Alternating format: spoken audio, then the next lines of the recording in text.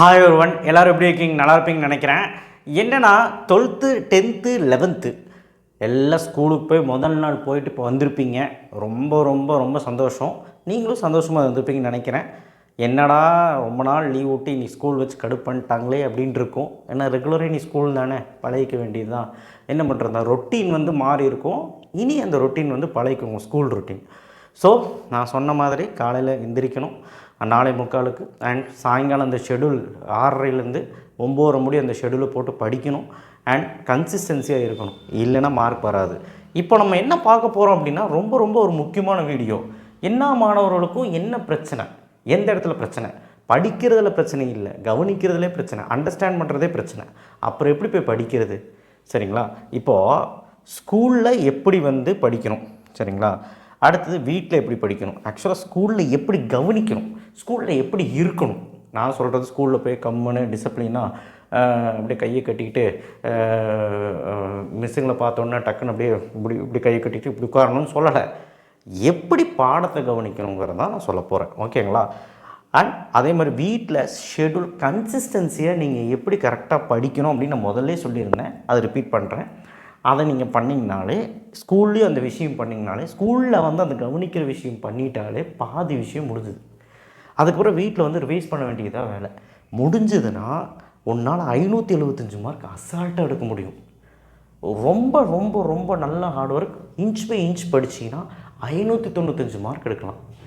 நான் இப்போவும் சொல்கிறேன், இன்ச் பை இன்ச் படிக்காமல் இம்பார்ட்டன்ட் படிச்சுட்டு புக்கு ஃபுல்லாக தரவை இருந்துட்டு, புக் பேக்கு புக் இன்னெல்லாம் தரவை இருந்துட்டு, அதாவது கொஸ்டின் பேஸில் தரவை இருந்துட்டு, ஸோ அதுக்கப்புறம் ஸ்கூல்லேயும் வந்து பார்த்திங்கன்னா டெஸ்ட்டெல்லாம் நல்லா பயங்கரமாக பண்ணிவிட்டு எல்லாமே நம்ம நல்லா இருந்தோம்னா 575 மார்க் அசால்ட்டாக எடுக்கலாம்.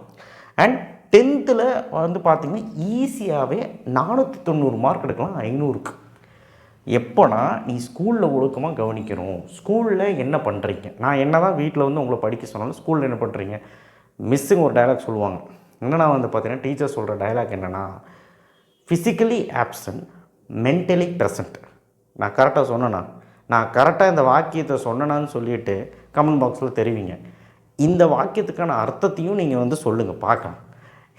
நான் இப்போ கரெக்டாக அந்த வாக்கியத்தை சொன்னேனான்னு சொல்லுங்கள். நீங்கள் எத்தனை பேர் கரெக்டாக வீடியோ கவனிக்கிறீங்கன்னு பார்க்கலாம். சரி, இப்போது அந்த மாதிரி நீங்கள் வந்து விஷயங்கள் இருக்கும்போது நீங்கள் வந்து அப்படியே பேன்னு பார்த்துட்ருப்பீங்க, ஆனால் ஒன்றுமே கவனிக்க மாட்டீங்க, ஏதோ கனவு உலகத்தில் இருப்பீங்க. ஸோ அப்போது மிஸ்ஸுங்களுக்கு பார்த்தாங்கன்னா, டீச்சர்ஸுக்கு பார்த்தாங்கன்னா அப்படியே கவனிக்கிற மாதிரியே இருக்கும். அவங்களும் ஒன்றும் சொல்ல மாட்டாங்க. நான் என்ன சொல்கிறேன்னா, நீ ஃபஸ்ட்டு நல்லா கவனி. ஸ்கூலில் நல்லா கவனித்தா தான் உன்னால் வீட்டில் வந்து நல்லா படிக்க முடியும். புரிஞ்சுக்கோ. ஸோ கவனிக்கணும்னா முக்கியமாக மேக்ஸில் வந்து நோட்ஸ் எடுக்கணும். மேம் என்ன நடத்துகிறாங்களோ அது நோட்ஸ் எடுத்து வச்சுக்கோ, புரிஞ்சு எடுத்து வச்சுக்கோ. சும்மா பேனு காப்பி பண்ணாத, அது புரிஞ்சு எடுத்து வச்சுக்கோ. ஃபிசிக்ஸ் டெரிவேஷன் போடுறாங்கன்னா ஒரு நோட்டு பக்காவாக போட்டு, நியூமெரிக்கல் ப்ராப்ளம் இல்லை வந்து டெரிவேஷன்ஸ் எல்லாம் போட்டாங்கன்னா அது பக்காவாக நோட்டை போட்டு எழுதி டேட்டை போட்டு, அப்புறம் கெமிஸ்ட்ரி ஈக்குவேஷன்ஸ் எழுதி போடுறாங்கன்னா அது எப்படி வந்துச்சுன்னு சொல்கிறாங்கன்னா அது எழுதி வை. அப்போ தான் வந்து சிம்பிளாக அது வந்து நமக்கு இந்த நோட்ஸ் பார்க்கும்போது இன்னும் நமக்கு கிளியர் கட்டாக புரியும் வீட்டுக்கு வந்து படிக்கும்போது. ஸோ வீட்டுக்கு வந்து படிக்கும்போது புக்கை வச்சு ரெஃபர் பண்ணும்போது ஈஸியாக படிக்கலாம். அதை விட்டுட்டு நீங்கள் ஸ்கூலில் கவனிக்காமல் அரைகுறை யூடியூப் சேனலில் பார்த்துட்டு சும்மா ஏதோ ஒன்று படிக்கலான்னு வந்தீங்கன்னா ஒன்றுமே பண்ண முடியாது. ஸ்கூலில் ஒரு சில ஸ்கூலில் தான் மந்தமாக சொல்லித்தராங்கங்கிறது இருக்குது. ஆனால் முக்கால்வாசி ஸ்கூலில் நல்ல டீச்சர்ஸ் தானே இருக்காங்க. அப்போ கண்டிப்பாக நல்லா தானே சொல்லி தருவாங்க. இல்லை ஸ்பெஷல் கோச்சிங் போங்க, டியூஷன் சென்டர் போயிட்டு நல்லா படிங்க. உங்களுக்கு எப்படி மார்க் வரணுமோ அதை பாருங்கப்பா. அதுக்கு நீங்கள் ஸ்கூலில் நல்லா வந்து கவனிக்கணும். ஸ்கூலில் நடத்தவே மாட்டுறாங்க சார், அது வேறு பிரச்சனை. நடத்தாதவங்க நீங்கள் ஸ்பெஷல் கோச்சிங் டியூஷன் சென்டர் போய் படிச்சிருங்க, வேறு வழி கிடையாது. ஸோ அப்போ ஸ்கூலில் நீ தவற விட்டனாலே பாதி காலி. டியூஷனில் வந்து படிக்கிறதோ இல்லை வீட்டில் வந்து படிக்கிறதோ கிடையாது. ஸ்கூலில் நீ விட்டினாலே பாதி காலி. சார் எழுதிட்டு வர சொல்கிறாங்க சார் படிச்சுட்டு வர சொல்கிறாங்க சார். படிச்சுட்டு வர சொல்கிறாங்கன்னா படிச்சுட்டு போக ட்ரை பண்ணு. ஆனால் எழுதிட்டு வர சொன்னாங்கன்னா அதை என்னால் ஒத்துக்க முடியாது. பட் இருந்தாலும் ஓரளவுக்கு எழுதலாம். மெட்ரிகுலேஷன் ஸ்கூல்லாம் அப்படியே கை உடையிற அளவுக்கு எழுதி தருவாங்க, அதெல்லாம் அநியாயம் தான். சரி, என்னன்றது அது எனக்கே பிடிக்காது. படிக்க கொடுத்து டெஸ்ட்டு வைக்கிறாங்களா, ஓகே சரி, எனிவே. ஏன்னா அதுக்குன்னு ஒரு ரீசன் சொல்லுவாங்க. எழுதி கொடுக்குறோன்னா பசங்களுக்கு வந்து பர்ஃபெக்ஷன் வரும், பசங்களுக்கு வந்து ஹேண்ட் ரிட்டன் வரும், பசங்களுக்கு வந்து டைம் மேனேஜ்மெண்ட் கன்சியூம் பண்ணுவாங்க, அப்படி இப்படின்னு என்னமோ சொல்லுவாங்க. அதெல்லாம் சும்மா. நல்லா வந்து ஸ்கூலில் கவனித்து படித்து நோட்ஸ் எடுத்து வை. முக்கியமாக மேக்ஸ் ஃபிசிக்ஸ் கெமிஸ்ட்ரி நோட்ஸ் எடுத்து வை. அதே மாதிரி அக்கௌண்ட்ஸ் குரூப் பையன் அக்கௌண்ட்ஸுக்கு பக்காவாக அக்கௌண்ட்ஸ்க்கு நோட்ஸ் எடுத்து வை. உள்ள ஒன்றுமே புரியாது. காமர்ஸ் கூட தியரி படிச்சிடலாம், எக்கனாமிக்ஸ் கூட தியரி படிச்சிடலாம். ஓகே, பிஎம்மும் அப்படி தான். பிஎம் பக்காவாக நோட்ஸ் எடுத்து வை. நோட்ஸ் தான் மெயினு. நீ கைடில் போய் படிக்கிறன்னா அது வேறு பிரச்சனை, ஒன்றுமே புரியாது. ஃபஸ்ட்டு நோட்ஸில் படித்து பழகு. பப்ளிக் எக்ஸாம் படிக்கும்போது ரிவிஷன் பண்ணுறது ஈஸியாக இருக்கும். நான் சொல்கிறத கேட்டுப்பார். ஓகே, அடுத்த வீட்டில் வந்து என்ன பண்ணணும்? வீட்டில் வந்து நீ 6:45க்கு அந்த ஷெடியூலில் போடுறேன்னா 9:30 முடி நீ படிச்சுட்டு தான் இருக்கணும். டியூஷன் போகிறோம், டியூஷன் போயிட்டு அழகாக உட்காந்து படி. அங்கே உட்காந்து பேசிகிட்டு இருக்கேன் நான் எல்லாம் பண்ணிகிட்டு இருந்தீங்கன்னா அப்பா அம்மா காசு வேஸ்ட், அங்கேயும் வேஸ்ட்டு, ஸ்கூல்லேயும் வேஸ்ட்டு. அப்புறம் எதுக்கு போயிட்டு என்னத்தை பண்ணி? ஸோ அதனால் தயவு செய்து போய் 6:45 to 9 எங்கே உட்காந்தாலும் நல்லா படி. 8:30 மணிக்கு டின்னர் முடி, 10:30க்கு பெட்டுக்கு போய்டு, 10:30 10:45 பெட்டு போய்டு. காலையில் திரும்பவும் 4:45 4:50க்கு எந்திரிச்சு ஸோ 7 மணி படிக்கணும். 10 நிமிஷம் வந்து பார்த்திங்கன்னா உங்களுடைய பிரேக், அதாவது வந்து எக்ஸசைஸ், ஸ்ட்ரெச் பண்ணுங்கள். யோகா இல்லை மெடிடேஷன் இல்லை உங்களுக்கு பைசைக்கிள் இல்லை வந்து ஒரு வாக்கிங் ஜாகிங் எது வேணாலும் பண்ணுங்கள். ஒரு 10 நிமிஷம் ஒரு 7 மணி படிச்சிங்கன்னா சூப்பராக இருக்கும். இது டெய்லி பண்ணிவிட்டு வந்துட்டு நீ என்கிட்ட மெசேஜ் பண்ணு இல்லை காண்டாக்ட் பண்ணு. நான் ஒத்துக்கிறேன், ஒன்றால் வந்து கண்டிப்பாக படிக்க முடியும், இவ்வளோ மார்க் ஸ்கோர் பண்ண முடியும். 10th சரி 12th சரி. 10th நான் ஒன்று தான் சொல்லுவேன், மேக்ஸ் ஈஸி. ஆனால் அதே மேக்ஸை நீ என்ன பண்ணுறன்னா டெய்லியும் பாடம் நடத்துகிறத நோட் பண்ணி வச்சுட்டு நோட்ஸ் அழகாக போடு. சோஷியலுக்கு நோட்ஸ் தேவையில்லை, சோஷியலுக்கு கைடு தான் தேவை. என்ன 10th கைடு யூஸ் பண்ணலாங்கிறது அடுத்த வீடியோவில் போடுறேன், 10th தனியாக போடுறேன். ஓகேவா? அதே மாதிரி 10th வந்து பார்த்திங்கன்னா பேசிக்கலி சயின்ஸ் வந்து பார்த்திங்கன்னா டெரிவேஷன்ஸ் எல்லாம் போட்டு பாருங்கள். நோட்டில் வந்து சொல்லித்தராங்கன்னா போட்டு பாருங்கள். நியூமெரிக்கல் ப்ராப்ளம் நோட்டில் சொல்லித்தராங்கன்னா போட்டு பாருங்கள்.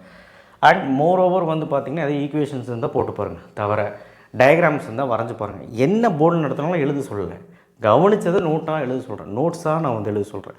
முடிஞ்சால் பண்ணுங்கள், ஆனால் மேக்ஸை கரெக்டாக பண்ணிடுங்க 10th ஸ்டாண்டர்ட். அண்ட் தமிழ் இங்கிலீஷில் எழுதி பார்க்குறதா வேலை. ஸோ அதெல்லாம் பெரிய பிரச்சனை கிடையாது. அது நீங்கள் கவனித்தாலும் சரி கவனிக்காட்டாலும் சரி வீட்டில் வந்து படித்தா போதும்.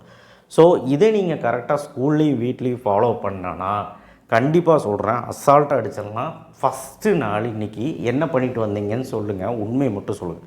அதே மாதிரி நான் ஒரு கேள்வி கேட்டிருக்கேன், அதுக்கும் பதில் சொல்லுங்கள். அண்ட் ரெண்டாவது வந்து ஃபஸ்ட்டு நாள் நீங்கள் எப்படி லேசினஸாக இருந்தாலும் சரி என்ன பண்ணாலும் சரி, செகண்ட் நாள் வந்து நான் சொன்ன மாதிரி பாருங்கள். ஸ்கூலில் நடத்துகிற விஷயத்தை கவனிங்க, டியூஷனில் நடத்துகிறாங்கன்னா அதையும் கவனிங்க. ரெண்டையும் கவனிக்கும் போது இன்னும் கொஞ்சம் ஸ்ட்ராங்காக புரியும், ஸ்ட்ராங்காக அந்த கான்செப்ட் மனசில் பதியும். ஸோ தயவு செய்து ஸ்கூலில் அலட்சியப்படுத்தாதீங்க, இல்லைன்னா டியூஷன் அலட்சியப்படுத்தாதீங்க. ரெண்டையும் பாண்ட் பண்ணி படிங்க. ரெண்டு இடத்துல தானே பணம் கட்டி படிக்கிறீங்க. ஸோ தயவு செய்து அங்கே நான் படிக்க மாட்டேன், அங்கே தூங்குறேன், டியூஷனில் படிப்பேன். கன்சிஸ்டன்சியாக இருந்துப்பார் அந்த விஷயத்தில், சத்தியமாக படிக்கிறதுக்கு ஈஸியாக இருக்கும். That's it. So thank you. Share பண்ணுங்கள், சப்ஸ்கிரைப் பண்ணுங்கள், மறக்காம பெல் ஐக்கானை ப்ரெஸ் பண்ணுங்கள். ஸோ இந்த விஷயத்தை ஃபாலோ பண்ணால் தான் மார்க்கு. இல்லை மனப்பாடம் பண்ணி சாகணும். ஒன்றுமே பண்ண முடியாது. மனப்பாடம் பண்ணால் ஞாபகமும் நிற்காது, அங்கே போய் மறந்து போயிடும். போன வருஷம் நடந்தது அந்த உண்மை. கொஷின் பேப்பர் வந்து 80% ஈஸி தான் என்ன கேட்டால், 20% தான் ஒரு மாதிரி இருந்தது. அந்த 80% ஒழுக்கமாக எழுத முடியாத காரணம் என்னென்னா நிறைய பசங்களுக்கு மறந்துடுச்சு. இந்த மறவிக்கான காரணம் மனப்பாடம் பண்ணுறதுனால ஒரு பிரயோஜனம் இல்லை. ஏதாவது கொஞ்சமாவது பேசிக்காக அண்டர்ஸ்டாண்ட் பண்ணால் தான் நாங்கள் போய் எழுத முடியும். இப்பவும் சொல்கிறேன், மனப்பாடம் பண்ணால் காலி. ஓரளவுக்காவது அண்டர்ஸ்டாண்ட் பண்ணி படிக்கணும். எந்தெல்லாம் சப்ஜெக்ட் எப்படிலாம் படிக்கணுங்கிறது தனித்தனியாக வீடியோ போடுறேன், பயப்படாதீங்க. நம்ம சேனல் கூட இருக்கும், சப்ஸ்கிரைப் பண்ணி லைக் பண்ணுங்கள். அண்ட் இன்றைக்கி இந்த வீடியோ கிராஸ் சீரிஸும் ஸ்டார்ட் பண்ணலாம், எல்லாமே ஸ்டார்ட் பண்ணலாம், பொறுமையாக இருங்க. ஸோ நீங்கள் ஸ்கூலில் தவற விடக்கூடாத கண்டிஷன்ஸ் அண்ட் வீட்லேயும் தவற விடாத கண்டிஷன்ஸ், இதை நீங்கள் கரெக்டாக பண்ணுங்கள். ஞாயிற்றுக்கிழமை ஒரு நாள் ரெஸ்ட் எடு, தவறே கிடையாது. ஓகே, நன்றி, வணக்கம். சப்போர்ட் பண்ணுங்கள்.